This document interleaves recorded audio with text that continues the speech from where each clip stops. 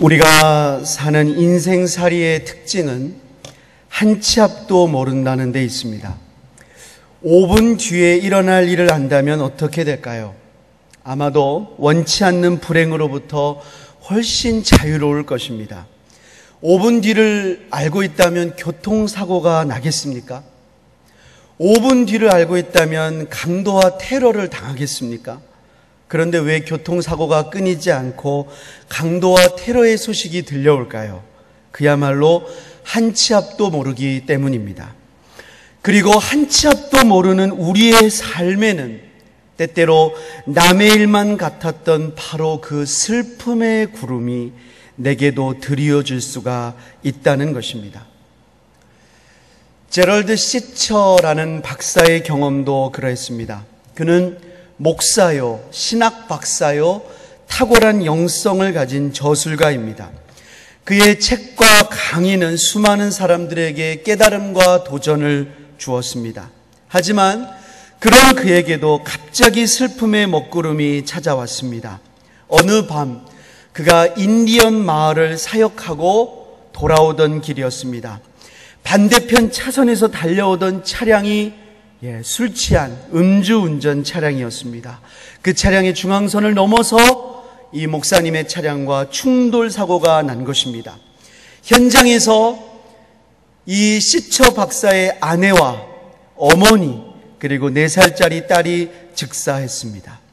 하루아침에 그는 그가 가장 사랑하는 3명의 여인을 잃었고 남아있는 3명의 아이들의 홀아버지가 되었습니다. 여러분, 그 심정이 어떠했을까요? 헤어나오기 힘든 슬픔은 물론이고요, 앞으로 감당해야 될 현실이 막막하기만 했습니다. 그는 힘든 나날을 보내면서 수도 없이 질문하고 질문합니다. 왜 나는 그날 인디언 마을을 방문했던 것일까? 다른 날로 스케줄을 조정할 수는 없었을까? 내가 만약에 조금만 늦게 나오거나 조금만 일찍 나왔다면 이런 사고가 일어났을까?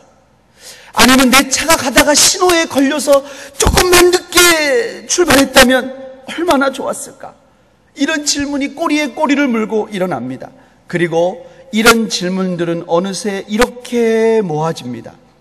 왜 하나님은 나에게 이런 슬픔과 고통을 허락하셨을까? 하나님, 당신은 정말 살아계십니까? 사랑하는 여러분, 어떻게 생각하십니까? 하나님은 왜 우리의 삶에 슬픔을 허락하실까요? 예수님께서는 참새 2마리가 떨어지는 것도 하나님이 허락하셔야 가능하다고 말씀하셨습니다. 그렇다면 왜 하나님께서는 머리털까지 다 세신다고 하시는 우리들에게 때때로 감당하기 어려운 깊은 슬픔을 허락하실까요? 도대체 고통에는 어떠한 뜻이 담겨 있는 것일까요? 참 어렵고 심각한 질문입니다. 본문에 나와 있는 한나도 바로 그와 같은 견딜 수 없는 슬픔을 겪은 여인입니다. 그러나 그녀의 슬픔에는 하나님의 선하신 뜻이 담겨 있었다고 오늘 하나님 말씀은 증거하고 있습니다. 본문을 통하여 하나님께서 그녀로 하여금 깊은 슬픔을 허락하셨던 이유를 살펴보도록 하겠습니다. 먼저 첫 번째로, 하나님께서 우리에게 깊은 슬픔을 허락하시는 이유는 하나님만 신뢰하게 하시기 위함입니다. 우리 한번 같이 10절 말씀을 읽어보겠습니다. 10절 시작. 통곡하며. 한나는 마음이 찢어지는 고통이 무엇인지를 아는 여인이었습니다. 그의 남편 엘가나에게는 한나와 브닌나라고 하는 2명의 아내가 있었습니다. 남편은 한나를 더 사랑했지만 정작 한나는 브닌나에 대하여 열등감과 원통함을 가지고 있었습니다. 왜냐하면 브닌나는 자식이 있었지만 한나는 자식이 없었기 때문입니다.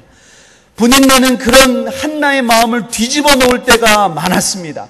아무리 남편이 한나에게 더 마음을 갖고 있다고 한들, 한번 생각해 보세요. 남편이 밖에서 일 갔다가 들어오면은 뛰어 달려가는 자식들, 남편 주변에 둘러싼 자식들은 누굽니까? 다 브닌나 배에서 나온 아이들입니다. 뿐만 아니라 여러분, 당시의 불림은 애를 낳지 못하는 것은 하나님께 은혜를 받지 못한 것으로 여겨졌습니다. 분인나는 한나에 대하여 비아냥거리면서 또 살짝 승리의 표정을 지으면서 결국 남편도 하나님도 인정한 승리자는 자신이라고 뽀게 됐을 것입니다. 여러분, 그럴수록 한나의 마음은 찢어지는 것만 같았을 것입니다. 한번 상상해 보세요. 만약에 엘가나의 엄마, 한나의 시어머니가 있었다고 생각해 보세요. 시어머니가 어느 날 그럽니다. 얘야, 물 좀 떠오렴. 그럼 분인나 뭐라 그러겠어요? 어머니, 저 애기 지금 기저귀 갈아요. 한나 시키세요. 누가 와가지고 계십니까? 그러면 아이고, 애기 젖줘야 되는데 누구 보고 나가라는 거예요? 한나 보고 나가라는 거예요. 안 나갈 수도 없고, 조금만 마음, 아이고 허리 아파, 아이고 허리 아파, 오늘 밤 설거지는 누가 해야겠네 하고 쏙 들어가면 누가 해야 돼요? 한나가 해야 돼요. 속이 뒤집어지는 거예요. 특별히 매년 하나님께 제사를 드리러 실로에 있는 여호와의 집에 올라갈 때면 이 갈등이 최고조에 달했습니다. 한나는요, 식음을 전폐하고 울기만 했습니다. 남편 엘가나가 뭐 별말을 다 해가지고 위로하려고 해도 소용이 없는 거예요. 자, 여기서 우리는 질문하지 않을 수 없습니다. 왜 하나님은 한나에게 이런 불임이라는 고통을 주셨을까요? 다 모릅니다. 그 뜻을 다 모릅니다. 하지만 한 가지 확실한 건 그와 같은 깊은 슬픔과 고통이 그녀로 하여금 하나님 앞에 통곡하며 기도하도록 만들었다는 거예요. 좀 전에 읽었던 본문 10절을 보니까 한나의 마음이 괴로워서 여호와께 기도하고 통곡했다고 그랬습니다. 하나님 앞에 통곡했어요. 사랑하는 여러분, 만약에 한나에게 그와 같은 슬픔이 없었다면 그녀가 하나님께 자신의 모든 것을 내어드리고 하나님만 붙잡는 기도의 자리로 나아갔을까요? 만약 한나에게 자신의 원통함과 억울함을 해결할 수 있는 다른 방법이 있었다면 하나님께 매달렸을까요? 그가? 그러지 않았을 거예요. 오히려 하나님께 간구하고 하나님의 도우심을 구하기보다는 남편의 사랑으로 만족하고 하나님의 위로보다는 자기 자녀들을 바라보는 것이 세상 사는 재미가 되었을 것입니다. 하지만 한나가 당한 그 슬픔은 그로 하여금 남편도 줄 수 없는, 자기를 그렇게 사랑한다는 남편도 줄 수 없는 그런 하나님께로부터만 오는 위로를 갈구하는 목마른 심령으로 그녀의 마음을 바꿨다는 거예요. 좀 전에 말씀드린 하루아침에 어머니와 아내와 딸을 잃었던 제럴드 시처 박사도 그가 책에서 그 고통을 막 쓰다가 결국 이런 결론에 다다릅니다.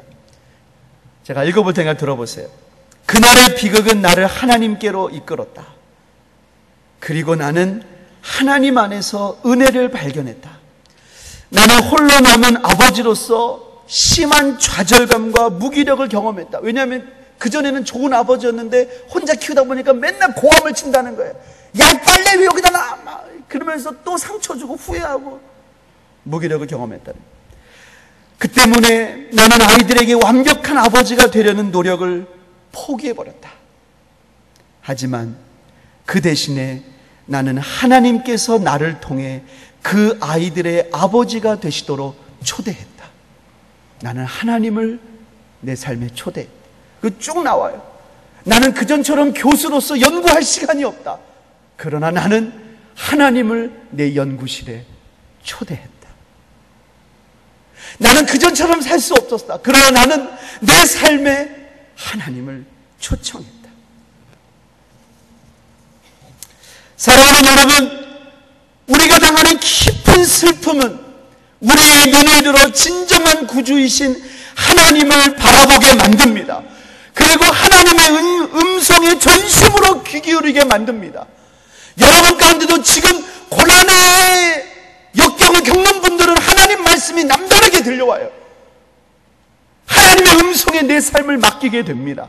그리고 그 당시는 고통스러우나 결국에는 복된 열매를 맺게 하는 것입니다. 여러분, 학교에서는 모의고사라는 시험이 있습니다. 이 모의고사는 본 시험을 준비하기 위해서 훈련 삼아 보는 시험입니다. 그게 바로 모의고사예요. 제가 학창시절에 어떤 교장 선생님이 부임을 하셨는데 이 교장 선생님이 결심을 했어요. 특단의 조치로 모의고사를 확 줄인 거예요. 그래서 모의고사를 다른 학교는 다 보는데 저희 학교만 몇 번을 건너뛰었습니다. 제가 교장 선생님이 얼마나 고마웠는지 모릅니다. 큰절을 하고 싶었습니다. 근데 여러분, 학년 말에 전국 학교 평가 시험을 봤는데 우리 학교 평균이 형편없이 떨어져 있었습니다. 모의고사를 안 보던 것까지는 너무나 좋았는데 그랬더니 실력을 준비할 수가 없는 거예요. 적절히 모의고사를 봐야 시험을 대비하고 실력을 키울 수가 있는 것입니다. 하나님이 우리에게 슬픔을 허락하시는 것도 일종의 영혼의 모의고사입니다. 성경은 우리의 영혼이 언젠간 이 세상의 소망을 하나도 붙잡을 수가 없을 때가 온다고 말씀합니다. 하나님의 심판대 앞에 서서 나의 삶을 하나님께 다 짓고해야 될 때가 있다고 증거합니다. 그때가 진정으로 내 영혼의 시험을 보는 때입니다. 바로 이 영혼의 때를 대비하기 위해서 하나님은 우리에게 깊은 슬픔이라는 영혼의 모의고사를 보게 하시는 것입니다. 우리가 이 시험을 잘 보면 이렇게 고백할 수가 있습니다. 이 몸의 소망 무언가 우리 주 예수뿐일세. 우리 주 예수 밖에는 믿을 일 아주 없도다. 굳건한 반석이시니 그 위에 내가 서리라. 그 위에 내가 서리라. 이 세상에서 슬픔을 겪은 사람들은 세상이 더덥다는 걸 알게 돼요. 남편도 해줄 수 있는 게 한계가 있어요. 아내도 해줄 수 있는 게 한계가 있어요. 자식도 한계가 있어요. 슬픔을 당한 사람은 세상의 덧없음을 알고 그 한계를 봅니다. 그리고 영원하신 하나님을 붙잡습니다. 하나님만이 굳건한 반석이시구나. 하나님만이 만세 반석이시구나. 나는 그 위에 서리라. 나는 그 위에 서리라. 이렇게 깊은 슬픔은 영혼의 모의고사가 되어서 하나님 앞에 서도록 우리의 영혼을 채찍질합니다.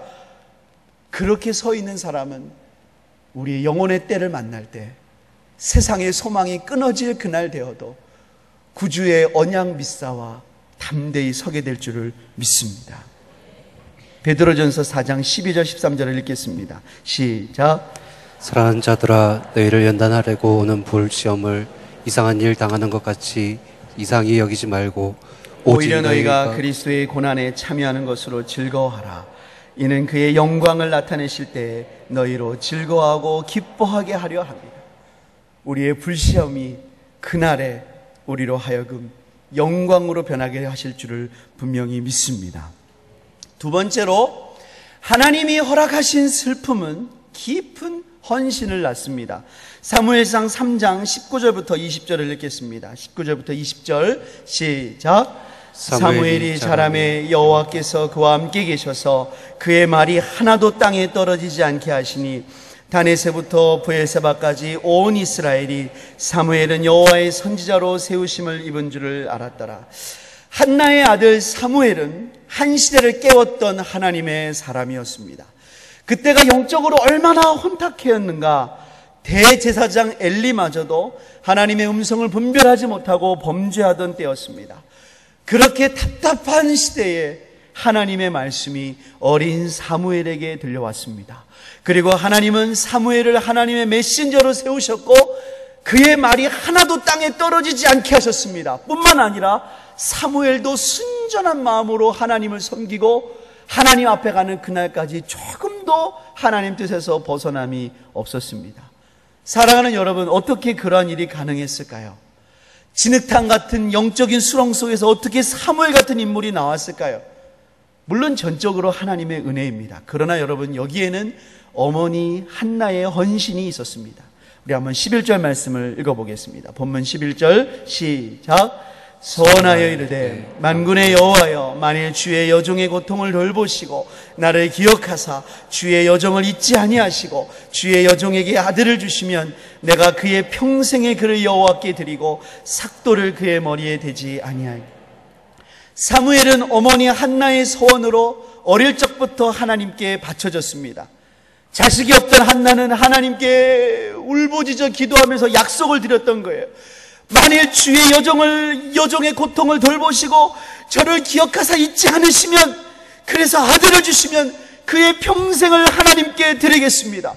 그리고 이듬해 정말로 사무엘이라는 아들이 태어났습니다. 여러분 같으면 어떻게 하시겠습니까? 하나님, 취소입니다. 제가 너무나 급해서 그랬습니다. 하나님, 제 마음 아시지요? 하나님, 이 아들이 열심히 일하면서도 주님을 위해 헌금하고 잘할 수 있지 않겠습니까? 하나님, 감사합니다. 라고 할 분들도 혹시 있을지 모르겠어요. 여러분, 이 아들 바칠 수 있겠습니까? 그토록 기다리던 아들, 누구하고도 바꿀 수 없는 사무엘, 약속한 대로 하나님께 바칠 수 있겠습니까? 사무엘상 1장 24절 말씀 한번 읽어보겠습니다. 시작. 젖을 뗀 후에 그를 데리고 올라갈새 수수 3마리와 밀가루 한 에바와 포도주 한 가죽 부대를 가지고 실로 여호와의 집에 나아갔는데 아이가 어리더라. 요즘에는 젖을 일찍 떼기도 하지만 당시에는 분유가 없지 않습니까? 그래서 만 2세에서 3세까지 물렸다고 합니다. 그러니까 막 젖을 떼었다. 그러니까 만 3세, 우리나라로 하면 4살쯤, 그쯤 된 사무엘을 떠올리시면 될 것 같습니다. 여러분, 얼마나 귀엽습니까? 이제 말귀도 좀 알아먹고 엄마 품을 너무나 그리워하는 그때입니다. 눈에 넣어도 아프지 않는 사무엘. 그런데 한나는 그 사무엘을 데리고 여호와의 집 앞에 나아갑니다. 우리 한번 사무엘상 1장 27절 28절에 읽습니다. 시작. 이 아이를 위하여 내가 기도하였더니 내가 구하여 기도한 바를 여호와께서 내게 허락하신지라. 그러므로 나도 그를 여호와께 드리되 그의 평생을 여호와께 드리나이다 하고 그가 거기서 여호와께 경배하니라. 한나가 어린 사무엘을 하나님께 바치고 여호와의 집에 두고 돌아오는 겁니다. 사무엘은 이제 엄마와 떨어져서 제사장 엘리와 함께 살아야 되는 거예요. 여러분, 이게 얼마나 어려울까요? 차라리 여러분 낳자마자 줬으면은요, 애가 엄마라는 이름도 못 부르니까 낫을 것 같아요. 4살짜리 애가 여러분 얼마나 엄마 어디 가냐고 얼마나 그랬겠어요. 여러분, 어머니 한나가 사무엘을 잊었을 수 있었을까요? 없었을까요? 여러분, 이렇게 기도하고 바치면은 쉽게 잊어집니까? 안 잊어집니까? 저는 안 잊었다, 저는 못 잊는다고 생각합니다. 왜 그렇게 생각하냐? 사무엘상 2장 18절 19절 한번 읽어보겠습니다. 사무엘상 2장 18절 19절 시작. 사무엘은 어렸을 때 세마포 에봇을 입고 여호와 앞에서 섬겼더라. 그의 어머니가 매년 드리는 제사를 드리러 그의 남편과 함께 올라갈 때마다 작은 겉옷을 지어다가 그에게 주었더니, 한나는 매년 제사를 드리러 실로에 갈 때마다 사무엘에게 작은 겉옷을 만들었다가 입혔습니다. 여러분, 한나가 사무엘의 사이즈를 어떻게 알고 지었을까요? 어떻게 그 사이즈 알았겠어요? 동네에 뛰노는 애들 보면서, 맞아, 제가 저 사무엘 태어날 때쯤 태어났겠지. 이만큼 자랐겠네. 우리 사무엘도 지금쯤 뛰어다니고 있겠네. 아이고. 그러면서, 야, 너 일로 와봐. 한번 길이 돼보고, 이쯤 되겠지. 그러면서 여러분 옷을 깁는 거예요. 사무엘에 대한 그리움과 사랑을 담아서 옷을 짓습니다. 여러분, 한나가 사무엘 바치는 건요, 정말로 쉬운 일이 아니었어요. 근데 어떻게 그것이 가능했을까요? 깊은 슬픔이 깊은 헌신을 만든 것입니다. 한나에게 가슴이 찢어지는 고통과 그 고통 속에 찾아오신 하나님이 계시지 않았더라면 그런 헌신은 없습니다. 그리고 그런 헌신이 없다면 하나님의 사람 사무엘도 없습니다. 그러면 그 시대는 하나님 앞에 암흑의 시대가 됩니다. 그러면 다윗도 없습니다. 하나님은 사무엘을 통해서 다윗에게 기름을 붓습니다. 그래서 하나님은 때때로 우리에게 깊은 슬픔을 주십니다. 이 슬픔은 하나님의 사람을 만드는 통로고 하나님의 뜻을 이루는 도구가 됩니다. 하나님의 놀라우신 방법입니다. 고린도후서 7장 11절 말씀 한번 읽어보겠습니다. 시작. 보라, 하나님의 뜻대로 하게 된 이 근심이 너희를 얼마나 간절하게 하며 얼마나 변증하게 하며 얼마나 분하게 하며 얼마나 두렵게 하며 얼마나 사모하게 하며 얼마나 열심 있게 하며 얼마나 벌하게 하였는가.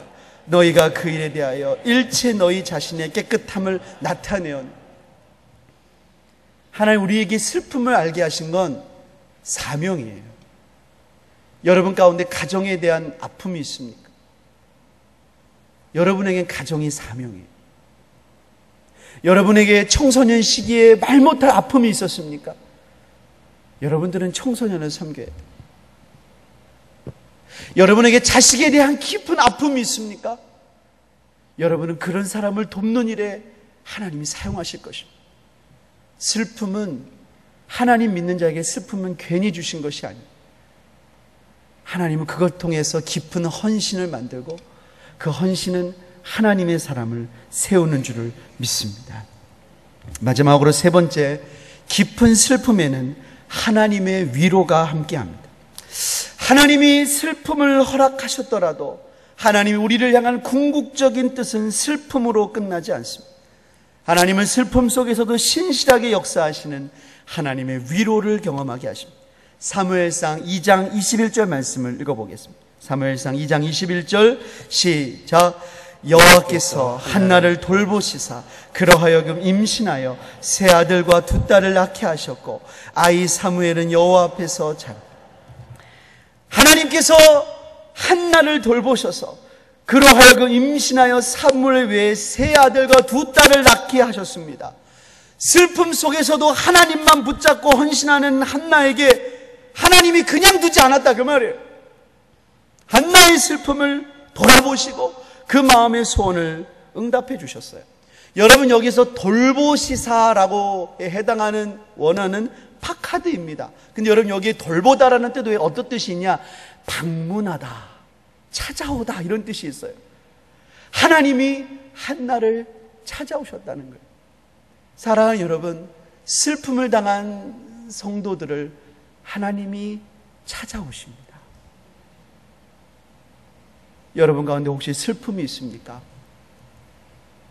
하나님 여러분에게 찾아가기를 원하십니다. 하나님의 크신 위로를, 그 은혜를 부어주시기를 원하십니다. 시편 34편